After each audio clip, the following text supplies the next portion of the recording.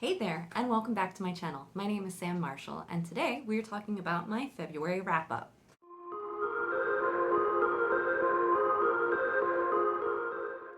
So, in the month of February, I read 5.5 books. I say half because I only got through about half of 𝖊𝐿𝐴 𝖨 at the end of the month, and I'm currently finishing it up. I'm about 75% through. It's the 4th of March right now. And so I'm hoping within the next couple days I'll be able to finish reading it. I was originally going to count it towards my February count, but I've decided I'll just split it in half since I literally was halfway through the book. So 5.5 books for the month of February. I know February is only 3 days shorter than a lot of the other months, out of the year, but it feels like such a short month in comparison, like extremely short. It just flew by. So yeah, I mean, I read 7 books in January, which I thought was a lot, and still managed to get through 5.5 in February, despite it being a few days shorter than the average month. I felt good about the books that I read in February. I enjoyed every single one of them. I didn't have any that I didn't like, and I felt overall that they just were really well told stories and well-rounded. My average rating for the month was actually 4 out of 5 stars. It just reflects that I really enjoyed the books that I read. So getting into the books that I actually read this month, the first book I read, I had both the audiobook for it that I borrowed from Overdrive, and I also purchased a paperback copy of so that I could read along with it, because I wanted to have a physical copy. I wanted to own the book and I wanted to be able to keep the book to have to reread in the future. And that is So You Want to Talk About Race by Ijeoma Oluo. Sorry, I'm covering her name there. This was a I had been wanting to read this book. It was on my list for a little bit now, and I think it's very important material. There's a lot of books that I'm planning on reading this year that are nonfiction that I feel are important for me to read and to hear I need to hear those voices. I need to understand and be able to sympathize, empathize, and learn and grow with it. And so this was another one of those books that I was like, I'm going to read this. I'm going to reread this. It needs to be on my bookshelf. So I did. I read it. And to give you guys an idea of what this particular book covers, Ijeoma Oluo guides readers of all races through subjects ranging from intersectionality and affirmative action to model minorities, an attempt to make the seemingly impossible possible. Honest conversations about race and racism and how they infect almost every aspect of American life. And I think she does an amazing job of this. She has a very understandable and digestible breakdown of topics throughout the book, like the school to prison pipeline, and how do we, what if I talk about race wrong? What if I'm trying to do something positive but it ends up backfiring? And so she tackles these topics as chapter heads, and she gives little anecdotes at the beginning of the chapters, makes it very relatable, shares these personal stories that she has from her own life, and shows kind of both sides of things, in the sense that she'll ask, if she comes across something in her life, she'll ask her friend, okay, let's have a real discussion about this. And she really, you get the idea that this is something that she has tried and something that she has worked through and honed, and is wanting to share that knowledge with everyone. And so it's not actually a very big book. It's a very quick read, and like I said, because of the way the chapters are broken down, it's I don't want to say that it's like a how-to guide, because I don't really think that's, I mean, yes, it is supposed to help you be able to navigate difficult conversations and understand when you are talking some of the things that you might not be recognizing as offensive, and helping you to grow and change and adjust so that we can start to have these more difficult conversations, and we can start recognizing when these offensive conversations come up. So yes, I rated this one 5 stars, and again, it's a book that I'm going to probably come back to several times in my lifetime, and it's going to sit up on my shelf, and it's one I'm going to always recommend. So, yeah, first book of the month. The second book that I read this month was Binti, and that was by Nnedi Okorafor. I rated 4 stars. It's a novella. It's part of a trilogy of novellas, and it is a sci-fi story. And you follow a woman, Binti, who is, in her tribe, they work with technology. That she lives, I'm pretty sure it's on Earth. She lives on Earth, and you have this tribe of people that she is part of. It's a very small tribe. It's gotten smaller over the years, but they're well known for their abilities to work with technology and their capabilities as engineers with that technology. However, it's frowned upon to leave that group, and she is learning and growing and wanting to continue her education outside of the tribe, and she gets accepted to this school that is a intergalactic school, and wants to go, but she knows that if she goes, she'll be banished from her tribe. And so it's her journey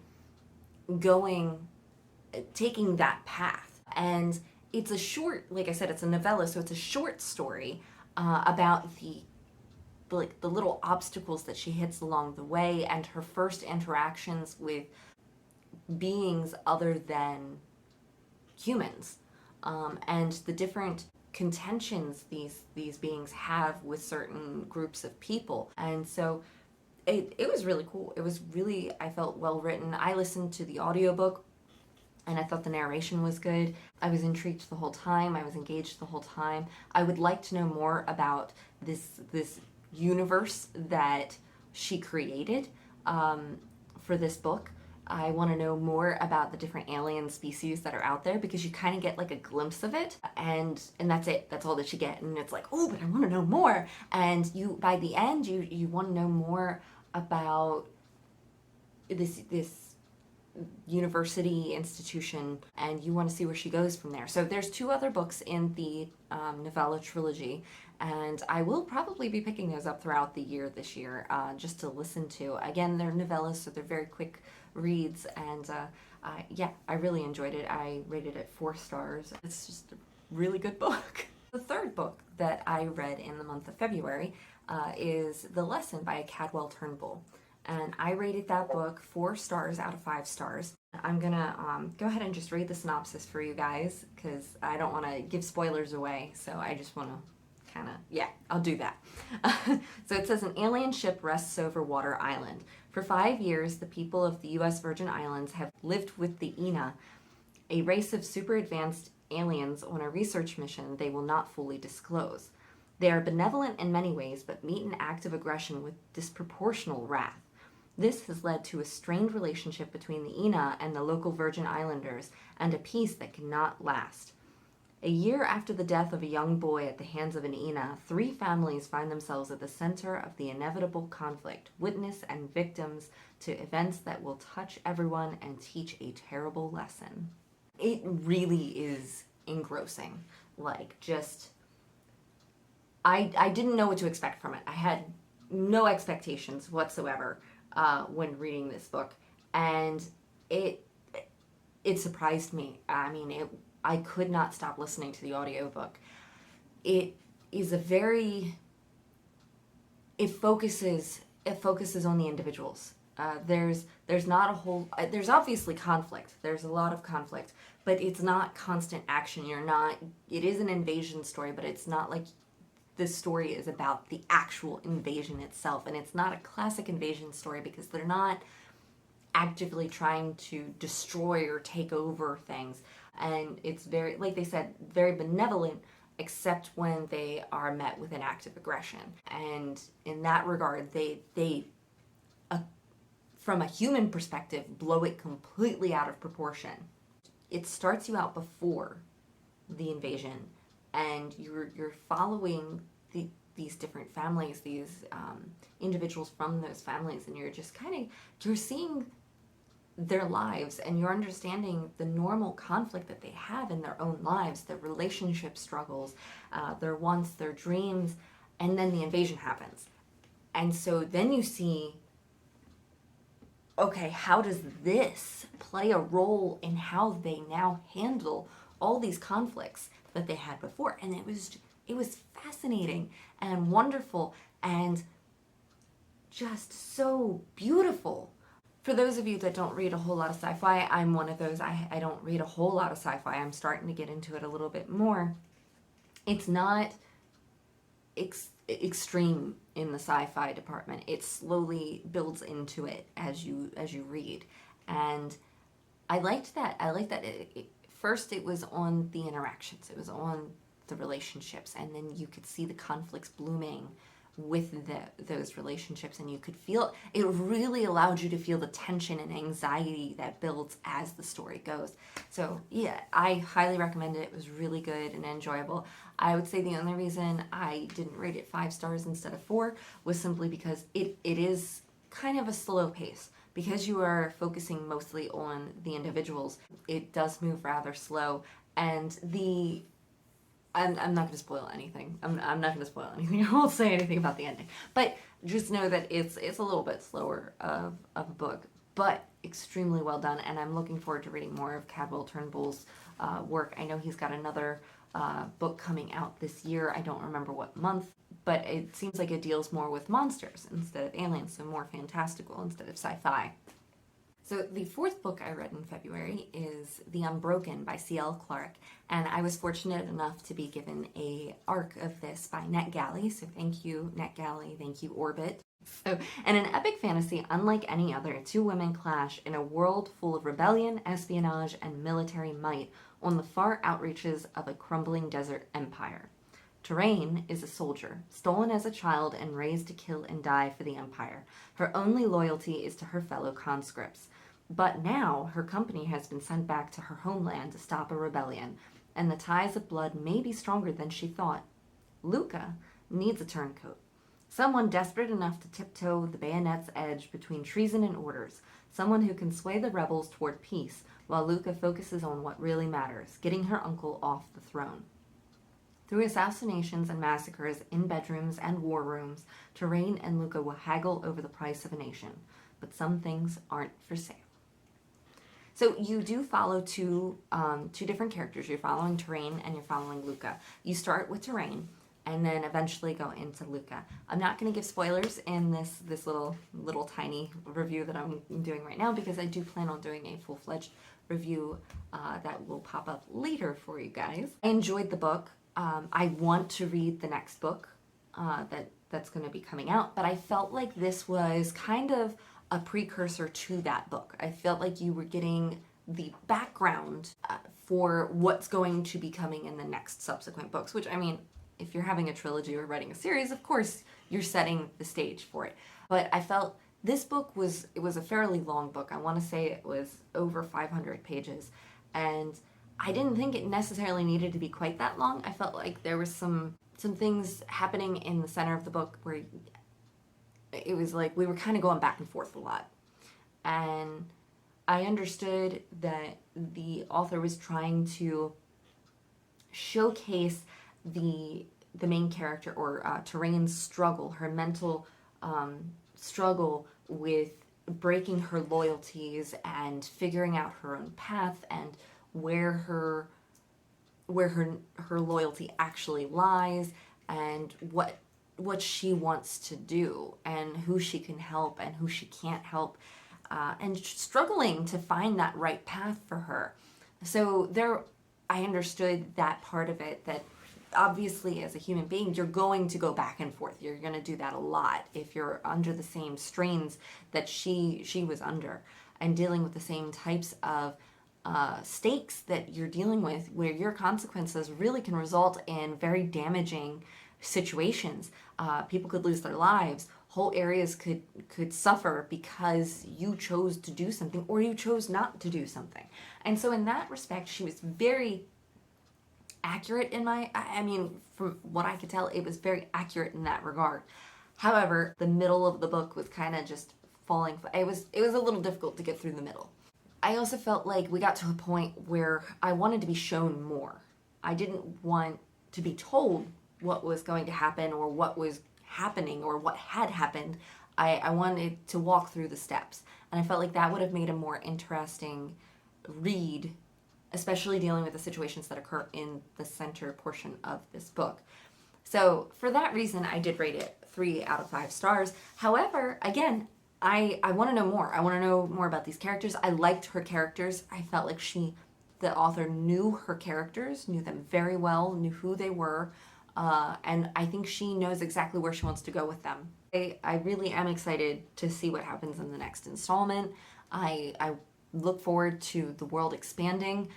There are magic systems in this book, and I want to know more about those, because we kind of just get a little taste of them here and there. We're not fully, because the main characters themselves don't know a whole lot about those magic systems. We're only getting the bits and pieces, of course, that they're picking up as they go along. So I'm looking forward to knowing more about that.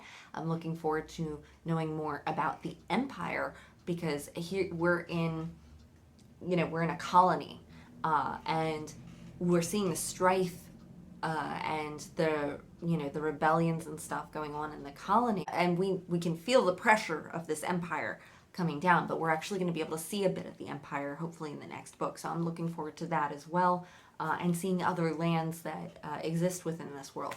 So all in all, I really enjoyed The Unbroken, and I'm very glad to have gotten an arc to read it. The 5th book that I read in February was Get a Life, Chloe Brown by Talia Hibbert. And this is a book that I've seen a lot of people discuss and talk about on BookTube, and it just seems like overall everybody has really enjoyed this novel and has really enjoyed the next installments in that series with the Brown sisters. So I'm very happy that I got to read it, and I rated it 4 stars. I enjoyed it a lot. I think it's an adorable book. I do think it does get very steamy. Let's talk about what it's about. Chloe Brown is a chronically ill computer geek with a goal, a plan, and a list. After almost, but not quite, dying, she's come up with 7 directives to help her get a life. And she's already completed the first, finally moving out of her glamorous family's mansion. The next items? Enjoy a drunken night out, ride a motorcycle, go camping, have meaningless but thoroughly enjoyable sex, travel the world with nothing but hand luggage, and do something bad. But it's not easy being bad, even when you've written step-by-step guidelines on how to do it correctly. What Chloe needs is a teacher, and she knows just the man for the job. Redford Red Morgan is a handyman with tattoos, a motorcycle, and more sex appeal than 10,000 Hollywood heartthrobs.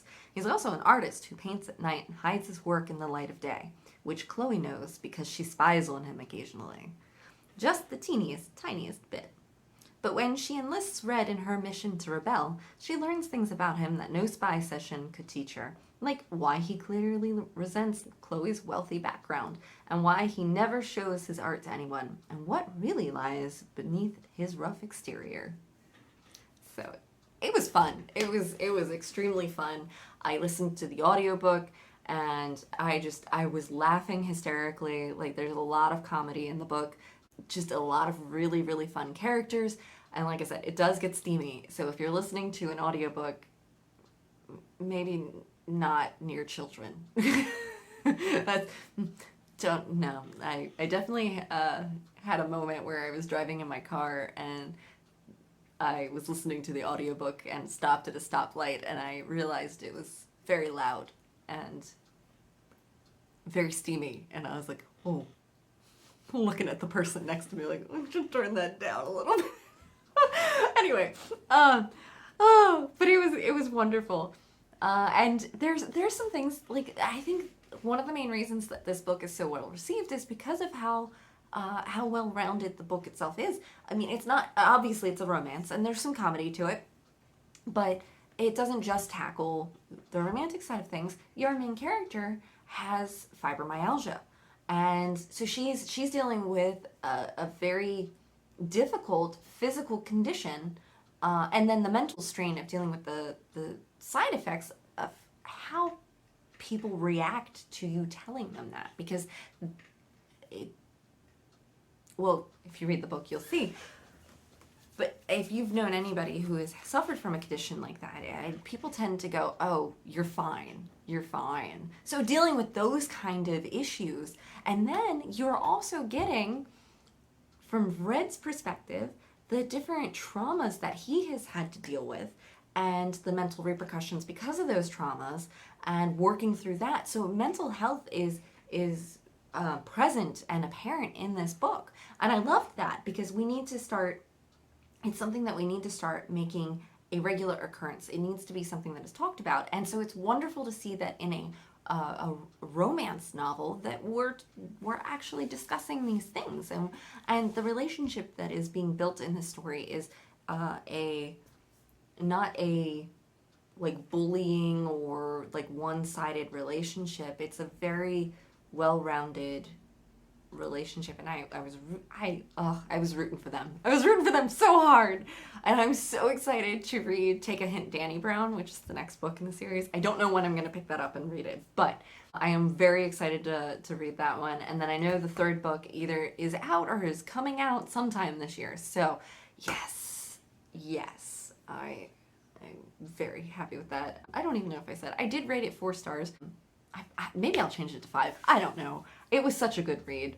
It was fun. I recommend it. It's fun. If you're looking for something lighthearted, enjoyable, and a bit steamy, I would recommend it.